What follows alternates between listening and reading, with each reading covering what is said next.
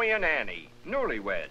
Blissfully, though quite unsuccessfully, they're cleaning a messy apartment they've just moved into. Annie is short on housework knowledge, while Joey is just short. All right, girls, so he's 4F. Say, things are tough all over. Anyway, using soap and water on a window just smears it. Yep, it looks like they need some expert advice. So, here's Polly Patterson, who will show them a few shortcuts in home economics. And maybe we'll learn a few things, too. For cleaning glass, Polly recommends vinegar. Just plain vinegar. A few squirts, I refer to the liquid, of course, a cloth, and a bit of exertion, and you're looking at the world through crystal clear glass. That you are. Here, Annie has quite a time running that rod through a freshly laundered curtain. And don't we all, dear, dear. Enter Polly the Patterson with a very simple solution. What is it? Nothing but a little old thimble, which, when placed on the end of the rod, does the trick. Thus you save time, your curtain, and your temper. Yes, of course. Meantime, Joey, that dope, has dropped some oil on the rug, and the more he rubs the spot, the bigger it gets. And the bigger it gets, the more he worries. After all, it's a wedding gift from an old bag that walks like a mother-in-law. Yep, it's a very rare piece of carpeting, fresh from the jute mill. Well, that's done. Now what? It seems the previous tenant had children. And so, in a bit of a dither, Joey discovers that an eraser does not always erase. What to do?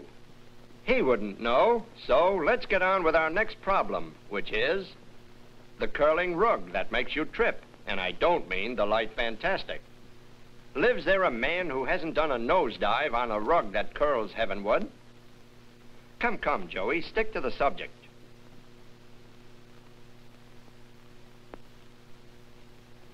A solution? Yes, but always the wrong one. Annie will be proud of you. Well, it looks like love's sweet song has hit a sour note. But there's really no reason for fisticuffs, kids. First, take those pencil marks. A hunk of stale bread makes an eraser that removes such marks in a jiff. Well, a couple of jiffs, anyway.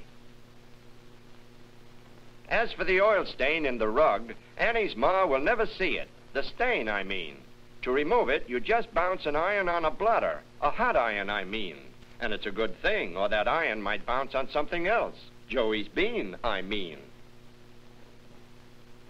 And for curious customers who convulsively cuss curl carpeting, a satisfactory solution is surprisingly simple. Again, it's a hot iron, now applied to the underside of the rug. There, fellow rug stumblers, relax. And now some kitchen time savers. Why dip bacon in flour? Well, it cuts down cleaning time because it prevents the spatter of grease all over the place. It doesn't burn the digits. Frying bacon usually sends up a flock of flack that makes the cook's hand feel like a Jap over Guadalcanal. Also, flour-dipped bacon doesn't shrink in frying, as does the unfloured strip, to wit, i.e., and viz. And now Polly shows you how a half of a raw potato may be used to grease the griddle for wheat cakes.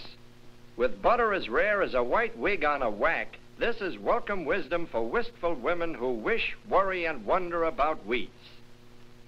And so as the cakes become nut brown, I become hungry. In fact, I'm drooling. Anyway, next time, use a potato, and you won't be stuck with cakes that stick. Out in the living room, altitudinal Annie gets another shock. A burning butt in the silver candy dish her Aunt Emmy gave her. The idea. Why does everything happen to things her family gave them? Coincidence? Yeah, coincidence is a thing called Joey. Yes, indeed. Just a little helpmate is Joey. He helps mess up the house, but very nicely. See what I mean?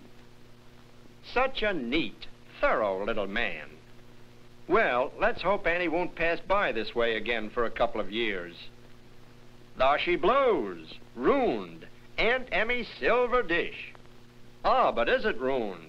Well, not while Polly is around. You just snip off the top of an onion, mind you, and squeeze out the juice as you would an orange, if you could afford an orange. Anyway, the application of that onion juice to this burn stain will make that smudge disappear like a herring at the annual banquet of the Wednesday night Borscht and Klaviage Club. And now, Joey is back on the job. Well, he's back. Ouch, another gift. And from whose side of the family? Well, of course. Joey, I think you'd better come back later. Meantime, Polly nails a little old spool to that scrubbing brush that slipped from Joey's hand. This gag gives even a clumsy guy a better grip on a brush, and hence cuts down accidents. Here's another time-saving housework hint. To avoid the bother of fishing small articles out of the washing machine, put them in a pillowcase, tie it, and wash the whole business in one fell swoop, as it were. After the washing machine has done its work, the whole pillowcase full is put through the wringer. Warning, don't put things with buttons into that pillowcase, unless, of course, you enjoy turning buttons into gravel. And here, a very common refrigerator problem. Even Mighty Annie can't pull that frozen ice tray from its moorings, and yet the cure is startling in its simplicity. Polly never has trouble with sticking ice trays because she keeps folded wax paper under each tray. If you will do likewise, you will no longer feel that furious urge to attack your refrigerator with a crowbar. Okay, Polly, thanks. You may go now. And so, folks, and in conclusion, may I point out to you that it's easy to be a neat, efficient housekeeper.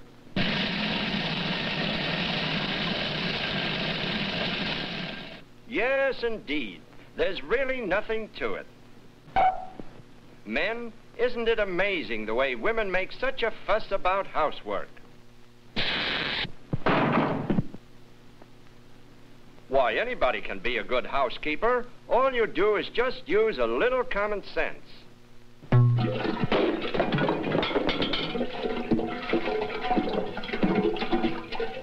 Sure, keeping your home spick and span is lots of fun.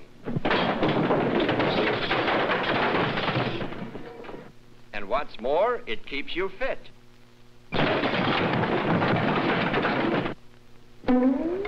Yep, it's great exercise. Good for the nerves, too.